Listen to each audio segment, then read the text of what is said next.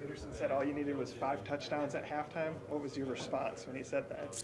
Yeah, I mean, I think everybody was just like, hey, let's just go to work, take it one play at a time, and then see what happens. But my favorite part of the whole thing was, he kept reiterating we only needed 5, only 5, and then as we got them, it was like, guys, only 4 more, only 3 more, only 2 more. It was a nice reminder for us as an offense that, hey, all right, we got this.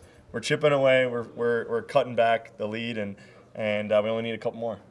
When did you look up at the scoreboard and were like, we could do this? I think after, we scored the second touchdown, our defense was playing well. They're getting stops. I think then you kind of get that belief of, all right, like we are in this thing now.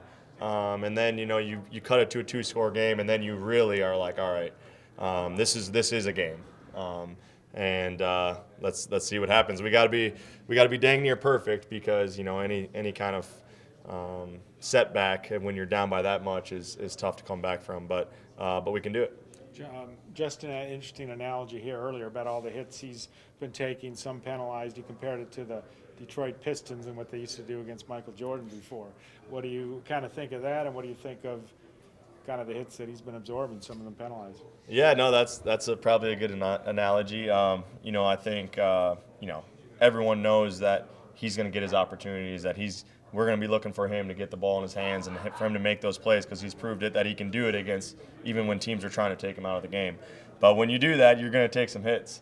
When there's a lot of eyes on you, there's multiple people that are probably responsible for you on almost every play, you're going to take those hits. And for his ability to, like I think Kirk said in his press conference, his ability to catch those, take a hit, hold on to the football, and continue to do that consistently is really impressive, and it's why he is who he is and why he's one of the best, if not the best, in the game right now.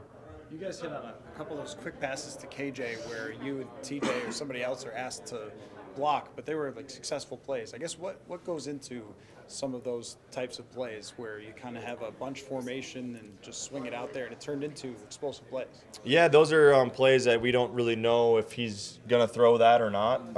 It's just kind of like, hey, go out there and block for it, expect it to come your way, and then KJ, obviously, we trust that when he gets the ball in his hands, he's going to make someone miss, and he's going to get extra yards. I think he had, on one of those plays, I think he had 9 yards extra after contact. So those are big plays. Those aren't necessarily plays that people are going to talk about. Maybe not going to really show up in a big way on a stat sheet.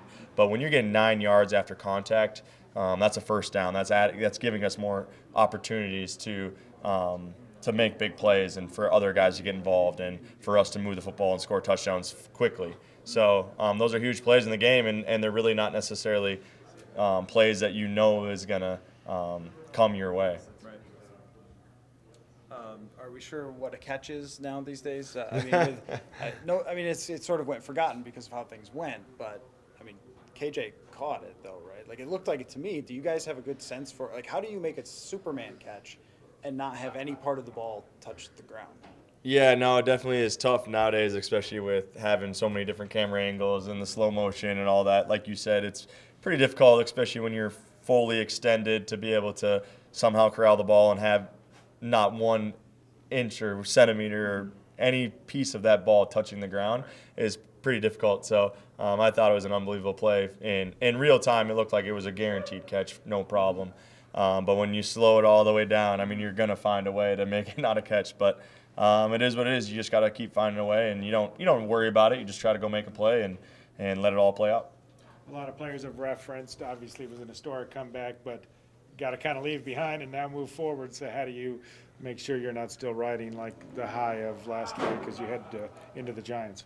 Yeah, I was trying to do that, but then you guys keep asking me about it. But no, I'm just kidding. But you just learn from experience. You just continue to understand how difficult it is to win this league and how focused and detailed you have to be on this particular week.